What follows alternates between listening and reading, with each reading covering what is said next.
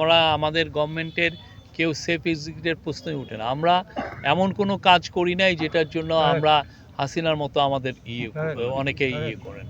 দেশে এসে আপনার ব্যাংকের টাকা যেন কেউ লুটপাট করে না নেয়। এই যে দেখেন ৫টা ব্যাংকে যারা টাকা রেখে গিয়েছিলেন, ওইখানে ৫টা ব্যাংকের যারা ডিরেক্টররা তারা টাকা খেয়ে বসে আছেন। আমাদের হিসাবে প্রায় ৬০টার মতো মাজারে অ্যাটাক হয়েছে। তো এখানে আসছি, এটা বাংলাদেশ ওলি আল্লাহর দেশ, বাংলাদেশ পীর আউলিয়া গউস কুতুবদের দেশ। তো এখানে আসছি এনাদের এখানে কবর জিয়ারত করতে।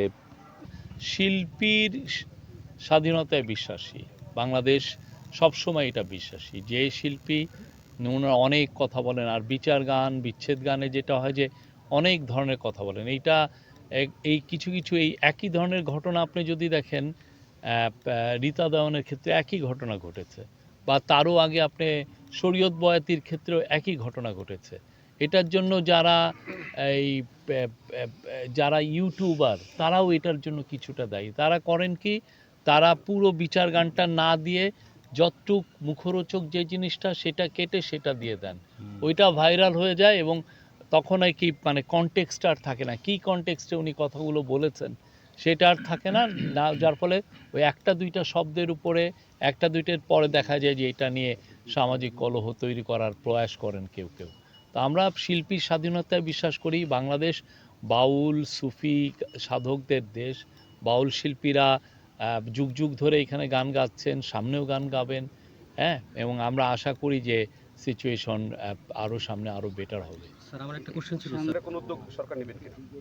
আমরা জানি যে আমাদের হিসাবে কিন্তু আপনারা অনেক বেশি আমাদের হিসাবে প্রায় ৬০টার মতো মাজারে অ্যাটাক হয়েছে, ক্ষতিগ্রস্ত হয়েছে। সবগুলো যে ভেঙে দেওয়া হয়েছে সেটাও আমি যেমন ইয়েতে কালুসার মাজারে গেলাম, তো ওইখানে দেখলাম যে অলরেডি ওনারা করে ফেলেছেন, ময়মনসিংহে তারা তাদের কাজটা করে ফেলছেন। বুচাই চানের সার মাজারে গেলাম, ওইখানে দেখলাম যে ওনারা অলরেডি কাজ করে ফেলেছেন।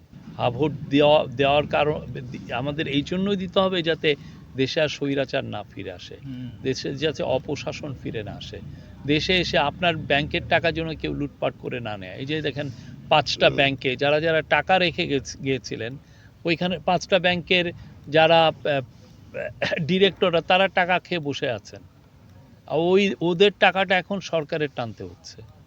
দেখেছি যে কালকে না পরশু বিএনপির একজন স্পোকসম্যান উনি কিন্তু সরাসরি বলেছেন যে বিএনপি স্পষ্ট অবস্থান এবং বিএনপি হা ভোটের সাথে আছে। বিএনপি তার কর্মীদেরকে বলছে যে সবাই হা ভোটে সিল দেন।